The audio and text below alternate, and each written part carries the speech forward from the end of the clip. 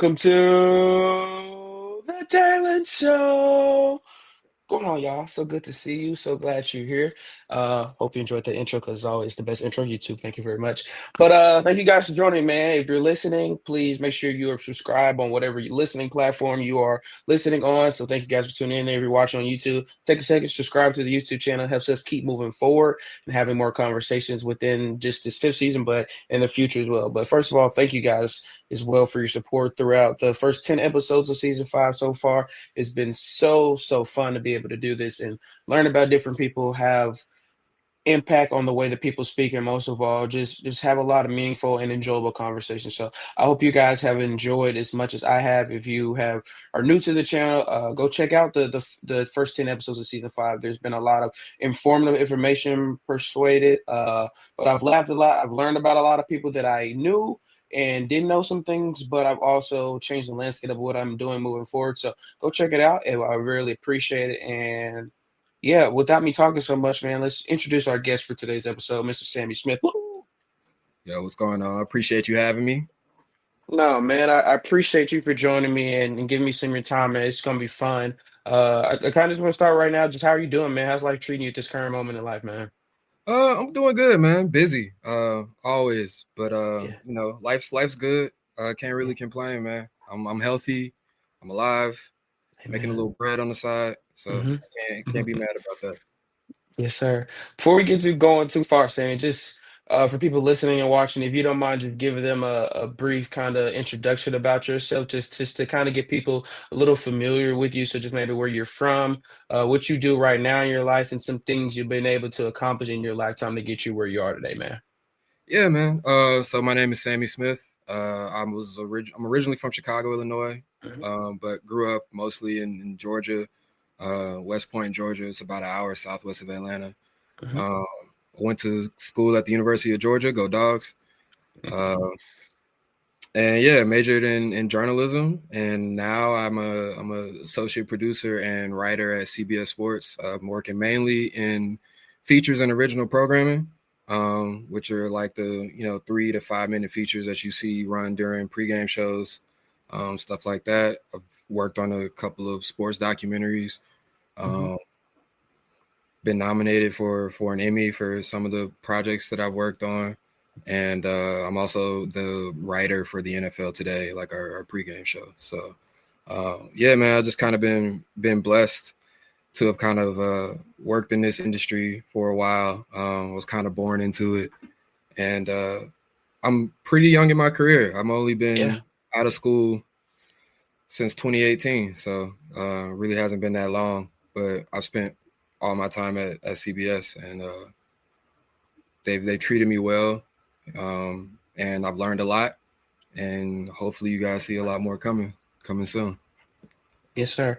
Well, for everyone listening and watching, Sammy said those things so calmly, but he's done a lot of very life-changing things and important things in his career. But I want to go back to you just growing up, man. And you talked about growing up in West Point, Georgia, and being originally from Chicago, man.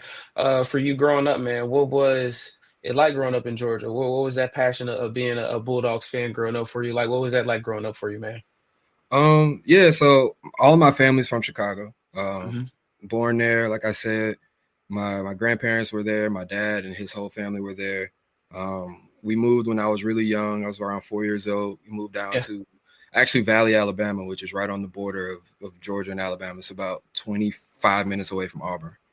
Um, and the next town over, across the border, is West Point, Georgia. So Hmm. I kind of got the best of both worlds. I grew up in Yeah.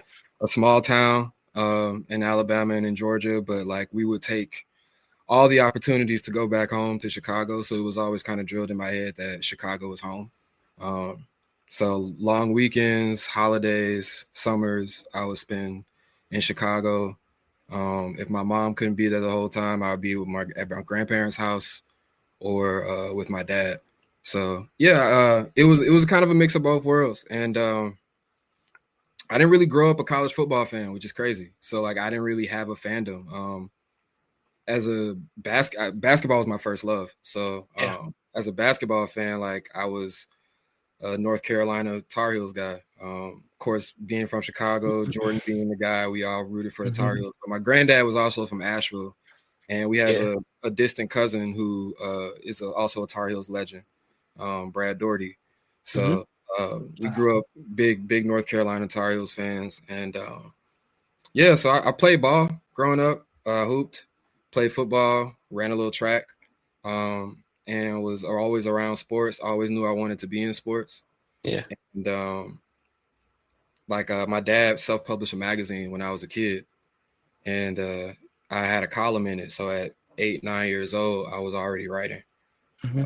professionally. Like I had to answer to an editor, and I was interviewing Wow. athletes and stuff like that. So yeah, by the time I finished up school, like I knew I wasn't gonna, play pro, um, but I knew I wanted to be in sports in some capacity. And at first, I thought it was gonna be play by play, and then Yeah. eventually, like, kind of landed in the production role, and that's where I really kind of fell in love with storytelling.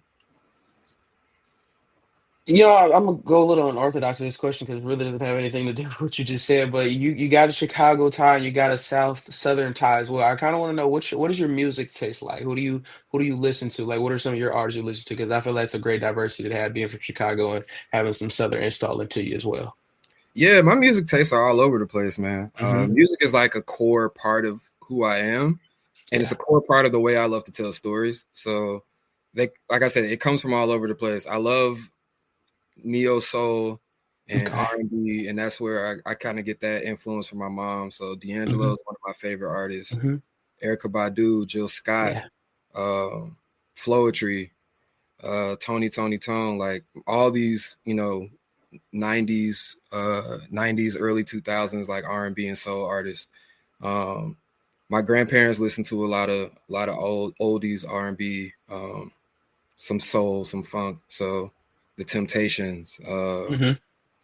Smokey Robinson, Stevie Wonder, Hmm. Yeah. Luther, you name it, Aretha. My granddad's favorite singer was Mahalia Jackson, so some gospel influences. And then my dad was straight hip hop. So Hmm. for my pops, it was Scarface and the Ghetto Yeah. Boys, uh, Pac. He wasn't as big on Big. He loved Pac, but he wasn't big on Big. But I listened to a lot of Big. Hmm. And then, of course, growing up, like in the South, you hear all of these other different influences. So, T.I., Outkast, Hmm. Andre, Goody Mob. I was around when Future dropped Dirty Sprite, like when it first came Yeah. out.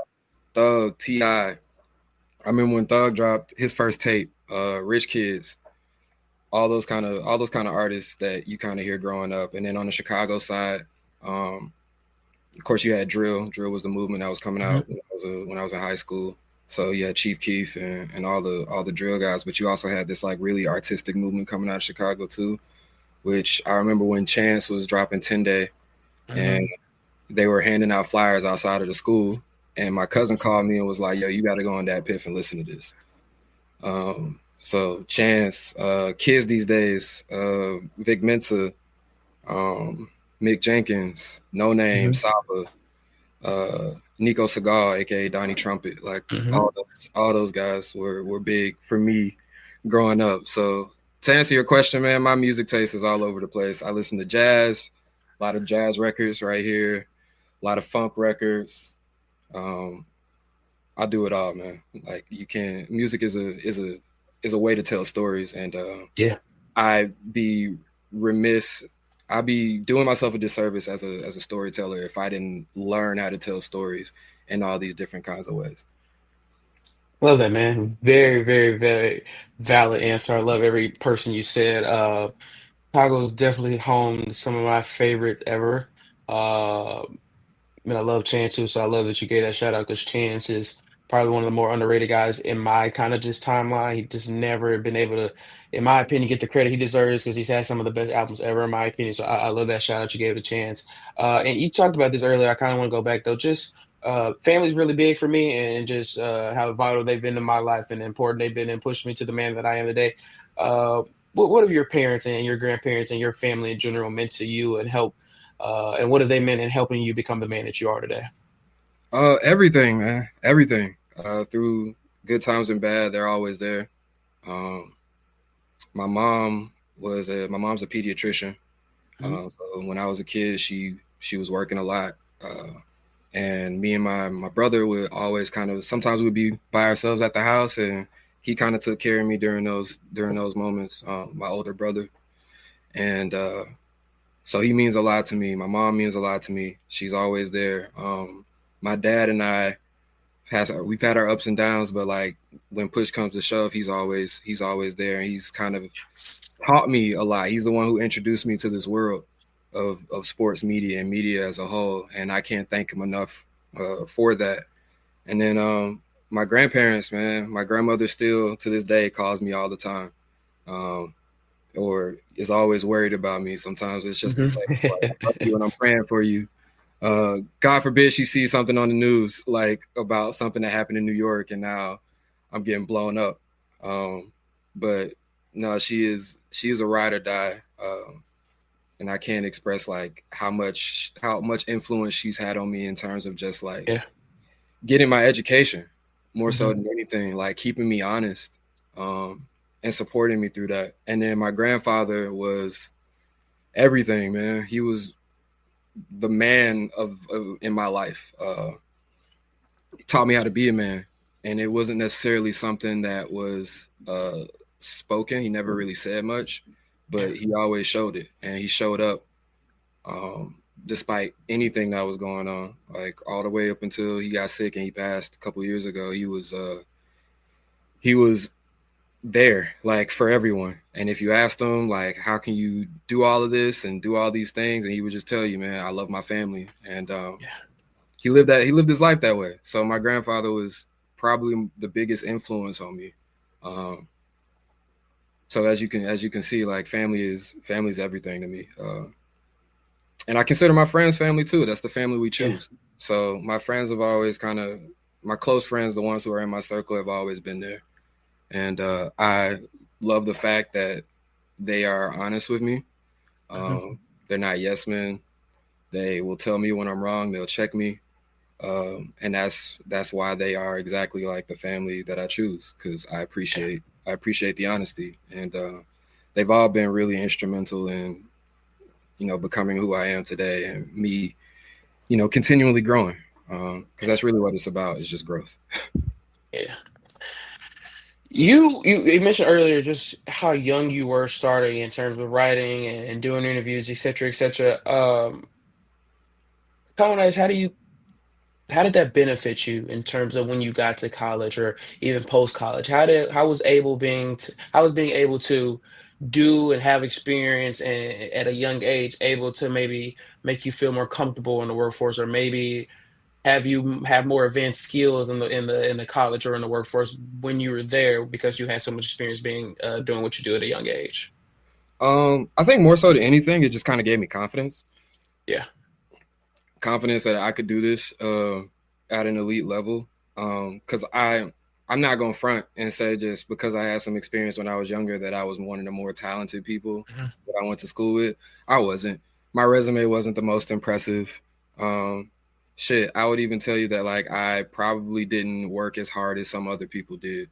Yeah. Um, but what I did have was I had like I said, I had a confidence that like I was able to do this at an elite level, and when it was time for me to buckle down and work hard, I did it. And I think the most important thing that anybody can be able to do is write. And I have my job today because I can write, and that was the case because I have been writing for Yeah. so long. And there are other great writers. There are people who are better researchers than me, people who, I'm not a journalist, like I have a journalism degree. I will never call myself a journalist, but I know people when I was in school were much better journalists than I was. Hmm. But um, I don't know. I will never say that someone is like a better bar for bar, like a better writer than me. Um, and I think that's kind of what gave me the advantage. That's how it kind of gave me the advantage, was that I was someone who knew how to write, and because I had been in pressure situations before, Yeah. um, like as a young person, I think it was easy for me to kind of catch on to things I was learning. once you kind of threw me in the fire, and that's the other way that it kind of benefited me. Yeah.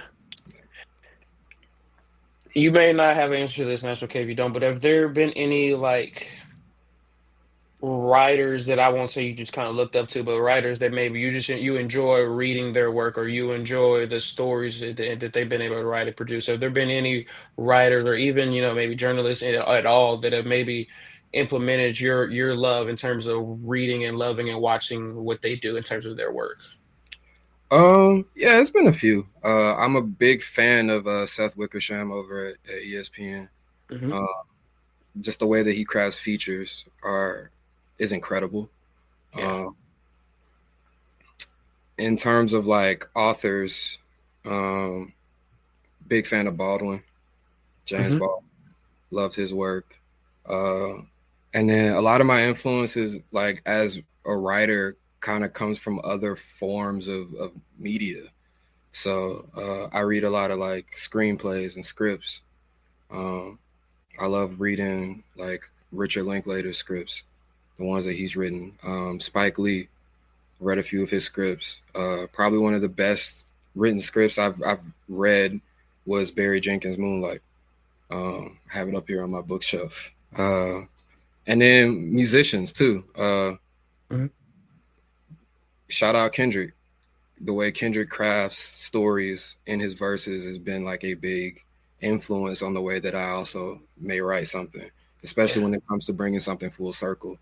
Uh, Tupac, Frank Ocean, the way that he elicits imagery in his music, um, is a big influence on me as well. So it's just like there's so many different writers and authors that like I have such respect for. Yeah. And they all bring different things to the table that I try to implement like in my work in various different mediums. Yeah. Um, what was your process in picking Georgia? Was it your first choice? Did you consider going anywhere else? Like, what was your process in ending up kind of saying this is where I wanted to be at for the next 4 years? Man, I was not going to Georgia. I got convinced. Like Georgia was the only in-state school I applied to. Hmm. I think I applied to LSU, Hmm. Florida State, North Carolina, Northwestern. I think it was Northwestern and USC and UCLA. The only school I didn't get into was USC. Hmm. And honestly, I've always had this obsession with the West Coast. I've always wanted to go west. And that was my thinking at first. Um, and then my mom kind of was like, "You're not going to be reachable." uh, and Carolina was, of course, my dream school, but I didn't know anyone in Chapel Hill. Hmm. And I realized I wasn't going to be playing ball. So, like, I kind of soured on it after a while.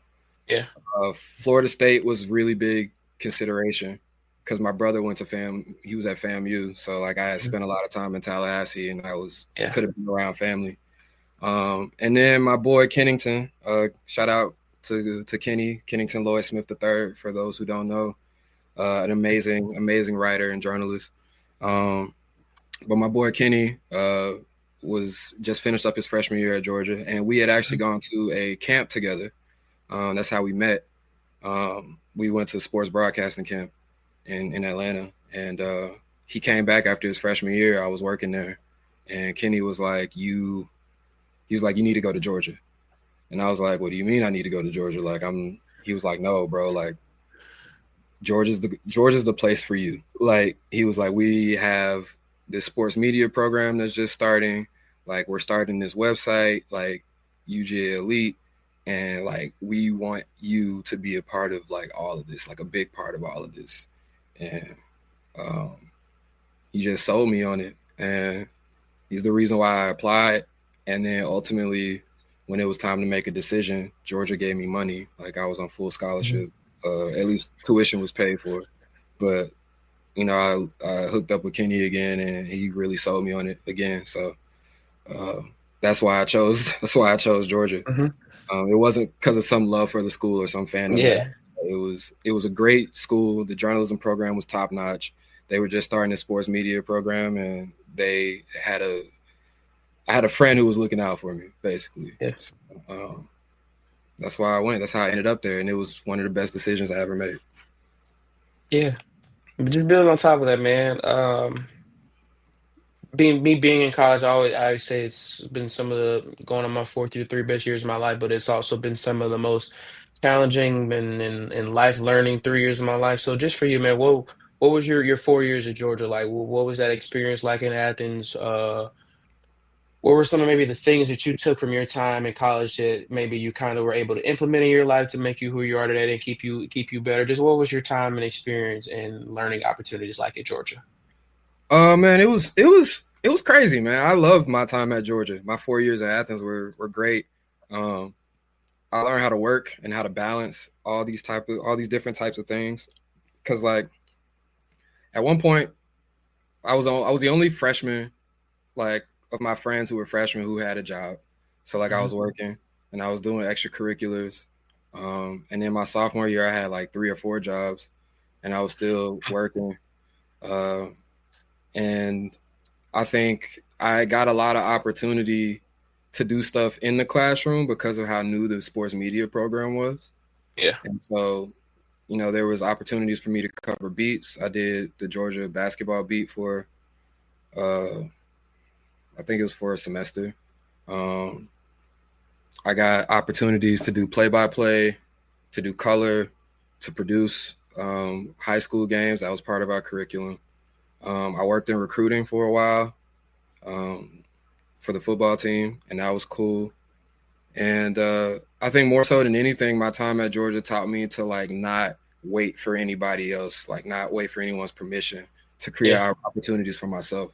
I Mhm. always tell students this that after my I think it was going into my junior year, I applied for a whole bunch of internships,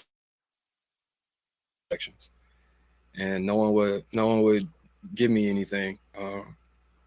And so I went to Toledo, Ohio for a summer because my cousin was there at the University of Toledo, and he had a friend who had just started up his own media company.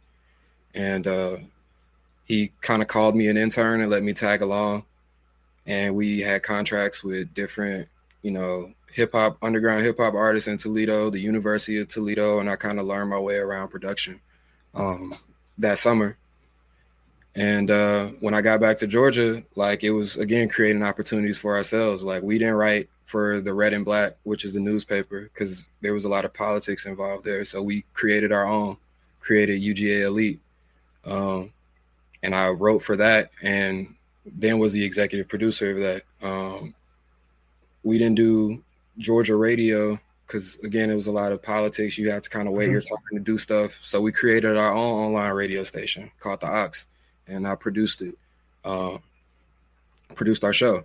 Like we didn't wait for assignments to get stuff done. Like we started making videos and doing documentaries for stuff that we cared about, Black UGA that we cared about. Um, and I think doing all of that made me a little bit more attractive when it came to like applying for other internships and then eventually for jobs because Yeah.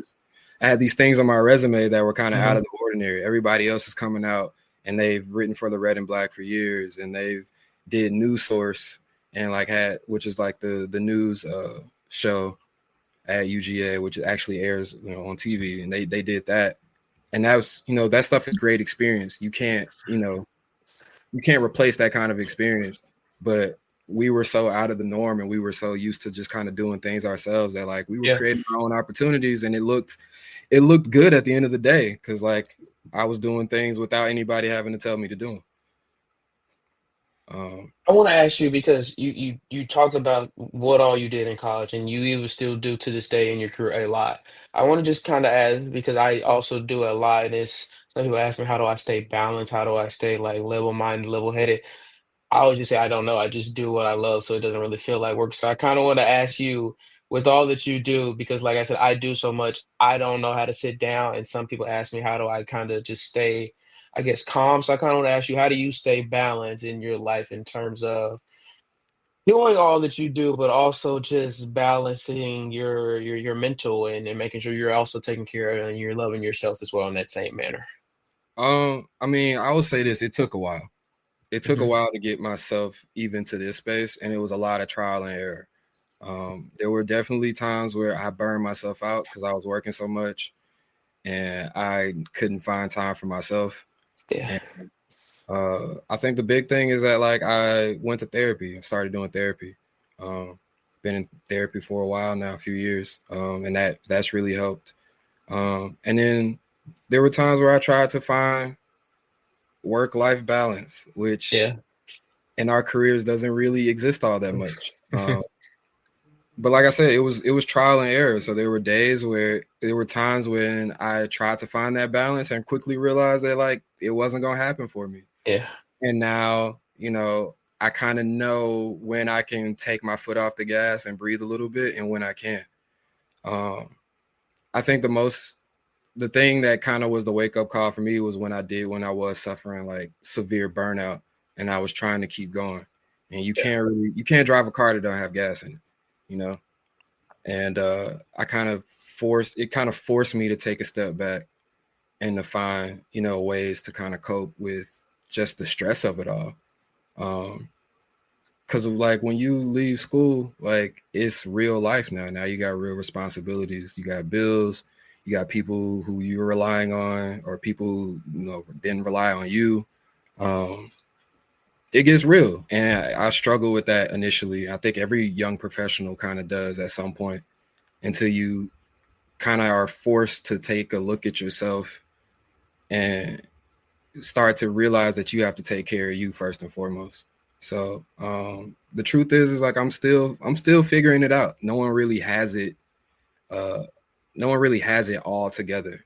But I'm in a much better place than I was a few years ago because I decided to, at some point that I have to start prioritizing myself. Yeah. Hey, man. For I want to ask you, don't I'm not trying to, season you here, but okay, I have a question for what I'm about to ask, but how old are you, Sammy? I'm 28. Okay, so if you can go back 28 now, if you go back 5 years to 23 Sammy, what advice would you give 23-year-old Sammy in terms of life in general? What advice would you want to tell your 5-year-old younger self today? Um, Listen to yourself and trust your gut. Don't second guess yourself. Like you have all the tools needed to make good, responsible decisions, and you've done so far. And so, listen to what your gut is telling you. That would be my biggest piece of advice that I gave myself 5 years ago. I like that. Appreciate that, man. Yeah. Um, Graduating from Georgia, man. Where did you what was life headed for you after you graduated? Where was that kind of initial like moment in life trajectory like after you graduated? What were you able to get into when you graduated? What was your next step forward after graduating college? So when I was in school, after my junior year, I got an internship at CBS Sports, where I work Hmm. now. In the same department I work now, features and original programming. And I guess I did a pretty good job because I was working with them during the school year, and then Yeah. by the time March, April had rolled around, they had offered me to come back full time. Hmm. And so before I even graduated, I knew that I was coming to New York, that I had a job, ready to go. And so after graduation, man, it was a little scary because I mean, a month after graduation, I was in New York Yeah. um, as a broke ass college student, um, and I only knew a few people here. Yeah. Um, So I was kind of bouncing around, and I knew that I was going to be, you know, I knew I was going to be here in New York, and I knew that I kind of needed to find my stride, outside of being in school, and I was just lucky. I was one of the lucky few to like have something set up out of the people who I graduated with and wanted, or was in class with and wanted to pursue like this kind of Yeah. career path. I was lucky enough to know that I had something when I was graduating. Yeah. So despite like all the uncertainty, moving halfway across the country to a big city, I was just lucky, bro. Like Yeah. I was just super lucky that I had something, and that I had something, and I knew what I was going to be able to do because I had Yeah. interned there before, and the job wasn't that different. So Mhm. I was really, really, really lucky. What what was that transition like though for you, moving from the South to New York? You said kind of just on your own, really, and knowing very few people. But what was that transition like? Because at the same time, in the midst of just a year or two, like after you were there, COVID hits, life kind of changes like crazy. So what was that transition like during that time for you? Man, it was eye opening, bro. Luckily, I was in New York the summer before, so I kind of Hmm. had like a feel for the city at least. Yeah. Um, but honestly, I tell people this all the time. You move to New York, it's gonna take you about 4 to 6 months for you to start feeling comfortable. Like, and it was tough because my housing situation was kind of all over the place. Hmm. I was subletting for a month in Harlem, and then I moved to the east side of Harlem for a few weeks, and then I moved to Bed-Stuy for a month and a half, and then I finally got like a permanent residence like about 5 or 6 months like into the process of me being there. And then I was living with three people who I didn't know. I met them the day we signed the lease. Hmm. And lucky for me, they turned out to be amazing people, some of my Yeah. best friends. And, I love them all. And we had some really good times, but the transition was difficult. Like there were definitely days where I was like, I don't know what I'm gonna do like Hmm. next. There were days where I was supposed to sign a lease and move somewhere, and then the person who I was gonna sign a lease with just disappeared. So like I'm hauling my bags to work, not knowing Yeah. where I'm gonna lay my head at night. Um, but I think after I kind of got adjusted and I started to hit my stride. Like I knew that this was a place that I was going to be able to thrive at some point. Yeah. Um, and I'm a city kid too. Like I grew up in the South, but like I've always gravitated towards the city. It's really just like the speed in New York is a little different Yeah. than any other city that I've really been in. And so it took me a while to kind of adjust to that. But like once I kind of got my bearings and my feet up under me, like it was an experience, man. So I've been here since then, haven't left. I don't have the right to call myself a New Yorker yet. They told me 10 years, so I got a few more years before I can do Hmm. that. But I can say that like I've kind of been around and I know what pockets of the city that like I like to be in where I can really slow down. Working for CBS, man, and doing, I know you talked about you've done some work with NFL Today and you've done some work with March Madness and a plethora of other things there as well. Just could you like break down for people listening just exactly what it is that you do within the program and like what is maybe like a day in your life as well in terms of you at the studio, what do you do, what goes through your work day? Like what is a typical day maybe like for you as well? Okay. So I'm gonna try to break this down as easily as possible. So on one side, I kind of have two jobs. So Hmm. on one side, I'm a producer in the features and original programming department. And like I kind of explained earlier, those are, 3 to 5 minute features that you would see running in a pregame show or a talk show. The story of an athlete, someone's mom died, but he's good at Yeah. football and he overcomes that kind of stuff. Um, we also have done like vignette series and stuff like that, little 30 seconds to a minute vignettes. Sometimes we do stuff that is social exclusive. Sometimes we do stuff that's YouTube exclusive. So my job on that end currently is to make those things. So I will pitch ideas or I get assigned things. I could pitch or get assigned. And then from the conception, we go from conception all the way through to delivery. So doing all the pre-production work, setting up our interviews, hiring crews to go out and shoot these things. Um, Getting my edit time set up, coming up with all of the questions for these interviews, and then all the way through the production process. So conducting the interviews, getting all the assets that we need in edit, which means, any B-roll, any third-party footage, photos, stuff for that, graphics packages, Mhm. um, music, anything that we would need for the actual post production process is happening during production. So I go out with crews and we shoot, we do all of that stuff, and then post production, sitting in with an editor, or really going through transcripts and getting my paper cut ready, sitting in with an editor and going through and actually putting the piece together with all the assets that we've now gotten. So we see these processes or these stories all the way from conception to delivery when it's finally ready to air. So I do stuff like that, and particularly like I love working on long form pieces. So I AP'd on 3 different documentaries and Yeah. actually co-directed and produced one myself. Um, and then I wrote another one last year. So that's kind of what I do on the feature side. And then as a writer, I am the writer for the NFL Today. And previously, I've done March Madness. I did Inside the NFL for a while. And my job there is it's kind of hard to have a day to day, but my job there basically is to write the scripts for the show. So if you see Yeah. somebody reading off a teleprompter, I've written the script for that. Um, and the day to day is different. It's depends on what part of the process I'm Yeah. in production. So right now I'm in pre-production for a feature. So my day to day is kind of like getting all my third party, making sure I'm getting all my third party assets ready, scheduling things, scheduling interviews.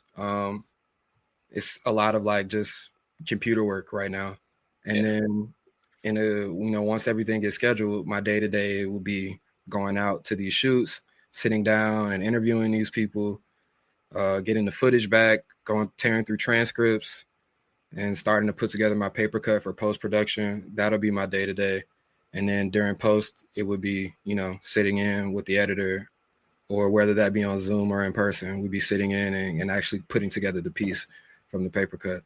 And then as a writer, my day to day also kind of varies depending on the day of the week. Mondays, we have our production meetings and we kind of go over what happened last week and what we want to do this week on the show. So we'll throw out ideas and we'll pitch stuff. And then Friday, we have our talent meeting. So it's me, the producer, the director, our head researcher, and we're talking about what's going to happen on the show and with the talent. So that would be with James Brown and Nate Burleson, Bill Cowher, Matt Ryan, JJ Watt. Um, those guys will be on. We'll be all in the meeting, and we'll talk about the show and get their thoughts and everything. Saturdays when I actually am at home and I'm writing the show, and then I have a couple more meetings. Another production meeting to kind of go over what's going to happen on Sunday, and then I go over the writing with the producer of the show. And then Sunday is the day is show day. So we get up. I'm at the studio like at 7, 8 o'clock production meeting with talent where we go through, the rundown, go through the show. After that meeting, I sit with JB and we go over the script, make any last minute changes that we need to. And then we have a rehearsal where we kind of go through the show. And then once 12 o'clock hits, we're on the air.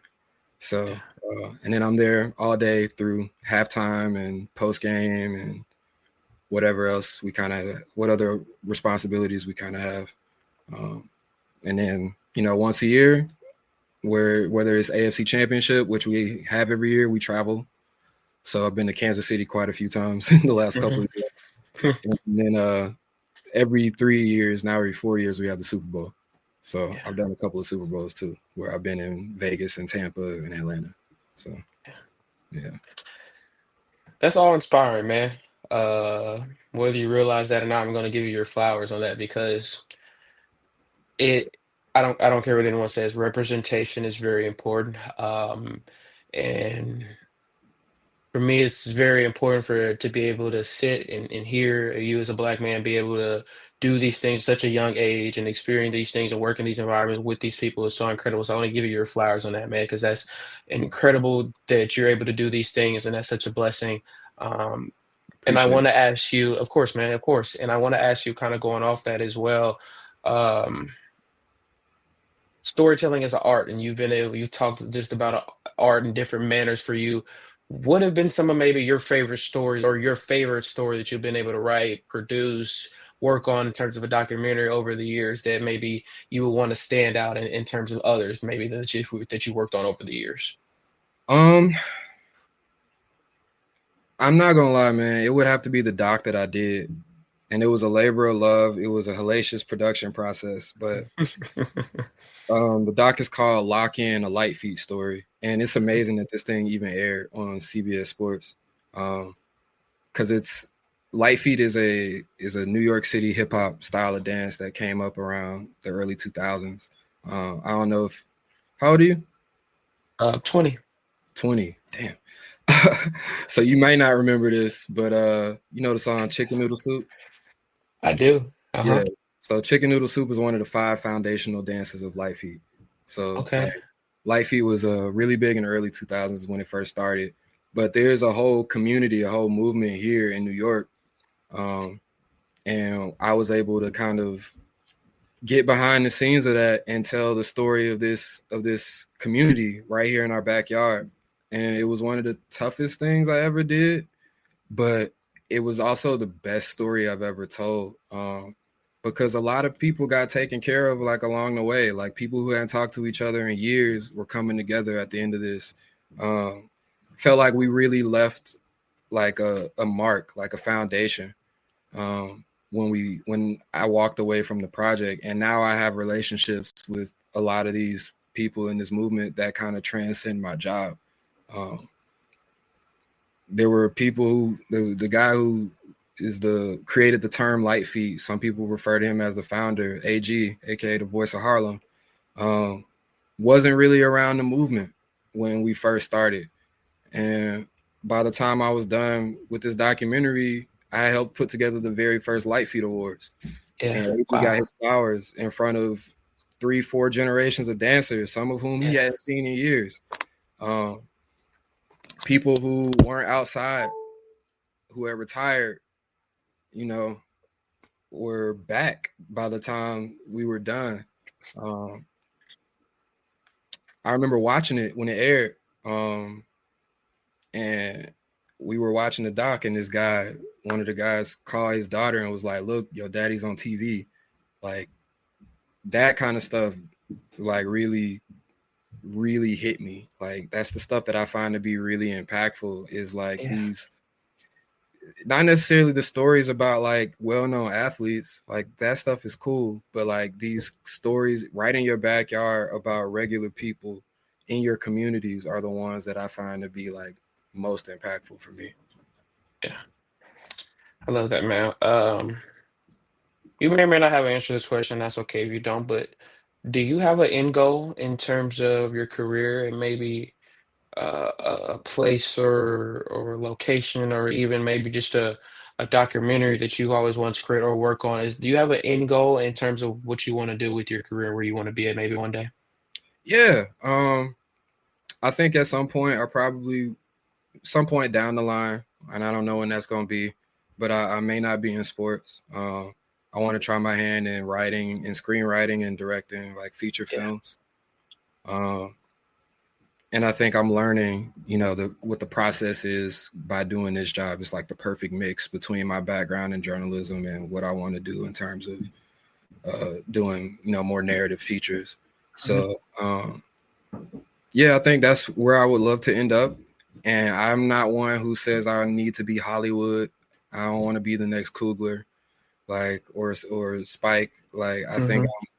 I'm good being able to tell small community oriented stories that may not have the biggest budgets, um, but I just want to be able to tell stories in a truthful and honest way, um, and maybe teach. I've always had this thing of going into high schools and in colleges and speaking to students, and I had a program at CBS, and I ran a program at Payne College in Augusta. Um, and I love being able to give back in terms of teaching storytelling to students. So at some point I'll probably get my master's and you know try a hand in teaching, Yeah. probably on the collegiate level. while I, try to make films. That's amazing, man. Um, I want to ask you two questions in one, so kind of stick with me as I maybe ramble a little bit about it. But just first is, what advice would you want to give to someone listening or watching? And when I say that, it doesn't necessarily have to be about your career, just advice in general that you would want to give someone about life and maybe to help them move forward with something or just to install some new light in their life. And secondly, is legacy. It's really big for me, and that's kind of the foundation of what I do. And so I want to ask you, what do you want your legacy to be? When people hear the name Sammy Smith, what do you always want them to remember about who you were as a person? Okay. So I'll answer your first question first. In terms of advice, the biggest piece of advice I can give, or I can give a lot of it, but the one that's sticking out to me right now would be two things, and they both go together. One, your path is never going to be linear, and that's okay. And two, comparison is a thief of joy. Amen. And I say those things together because a lot of times people have plans, very specific plans that they want for their life, and they get really disappointed when things don't go according to plan. And Yeah. it's okay to be disappointed. It's very okay to be disappointed, but just understand that no one's path is linear. Like, no one's just doing this. It's always a little bit of a roller coaster. There are hills and valleys. And I say that other part is because when things don't go according to plan, you find yourself comparing yourself to other people around you. And you'll say, well, they're doing this and they seem happy and they're doing this at this age. So why, I must be behind. Yeah. But you're not. You're running your race at your own pace.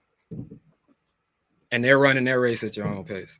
And if you see yourself comparing yourself to someone else, you'll never be happy because there's always going to be somebody doing something that you want to do. So just keep that in mind. I would just urge everyone to keep that in mind, especially like people who are in school, who are younger, even people who are older, who like kind of see themselves not doing exactly what they wanted. Like, your path ain't linear, man. Just because you're not there now doesn't mean you're not going to get there. And it's something that I used to tell people this all the time, and I still struggle with it. I didn't necessarily think, this is where I was going to be at this point. I had plans to do other things, and those haven't necessarily come into fruition yet. But I have to realize that sometimes it takes a couple of steps back to be able to learn the lessons to go 3 steps forward. And, that's just life. That's just life. And the more you can understand that is the more adaptable you can be. And the happier you'll be too, and appreciating it just where you are at this point in your life. So that would be the biggest piece of advice I could give someone. And then your second question was about legacy, correct? Hmm.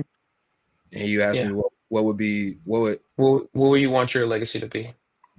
um I think I'm one of those people in saying that, like, my legacy won't be defined by what I do, it'll be defined by the people I touch.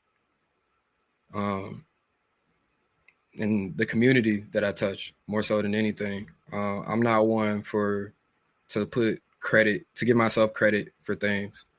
And I'm definitely not one to like hype myself up. But I more so love to live for the people around me. Yeah. And to offer assistance in any way that I can. And I think ultimately the stories that they'll tell about me will say much more about my legacy, whatever that means, than anything that I can say. I just want my legacy to be, when I go, I just want people to say that he cared about his friends, he cared about his family, and he cared about his community. And I think, if in a perfect world, that would be what I left behind. Appreciate that, man. That is, people that tune in consistently probably get tired of me saying this, but that part is like the most meaningful part of any question that I'm ever able to ask, those two questions, because it's different every single time. I've done this for 5 years now. I've done over 90 episodes, and every single answer to those two questions have been different. And you said something about with your advice, really just stuck the last.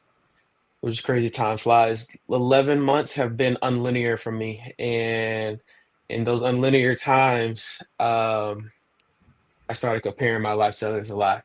And it took a while to stop doing that, but the benefits were so great when I did. So I appreciate you sharing that because it's very real, and someone probably needed to hear that, including myself today. So I appreciate you for sharing that, man. Um, No worries at all. one thing I do want to go with you is quick hitters before we end, man. Something I started doing at the end of season four, but quick hitters is just gonna ask you a question and you just kind of give me the first answer that comes to the top of your head. So it's like kind of like rapid. So first I just want to ask you, what's your dream car? Dream car. Mhm. Sheesh. Not a big car guy. So, um, damn, first thing that come to my mind was a Murcielago, but I feel like I don't Okay. really want that. But I'll go with it. Okay. Dream vacation spot. Dream vacation spot, Ghana. Ooh, okay, I like that. Favorite movie ever? Um, Bless their little hearts. Okay. You're gonna listen to one music artist ever, who would it be? I know it's gonna be tough for you. Today, it will change all the time. Today is Stevie. Okay. I'm gonna make you think a little bit with this one, but if you could have dinner with three people, dead or alive, who would they be? Mm. Hmm. Damn, that's hard. Take your time. I promise. This is always the question I tell people to take your time with. Ooh, let me look at my bookshelf. uh, James Baldwin, one. Okay, I like that. Um, hmm. I like James Paul. I'm looking at my bookshelf so I can try to come up with some You ideas. good? I like James Baldwin a lot. I really do. That's a dope answer. Hmm.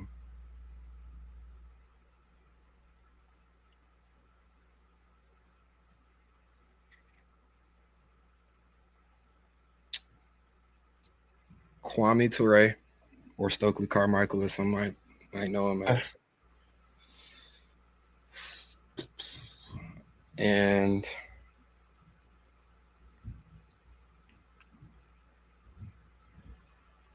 Miles Davis. Okay. I like that. I like that. I like Miles Davis too. You caught me on guard with James Baldwin. It's probably one of my favorites ever, and I've never heard anyone say that. So I like that. Okay, I appreciate that.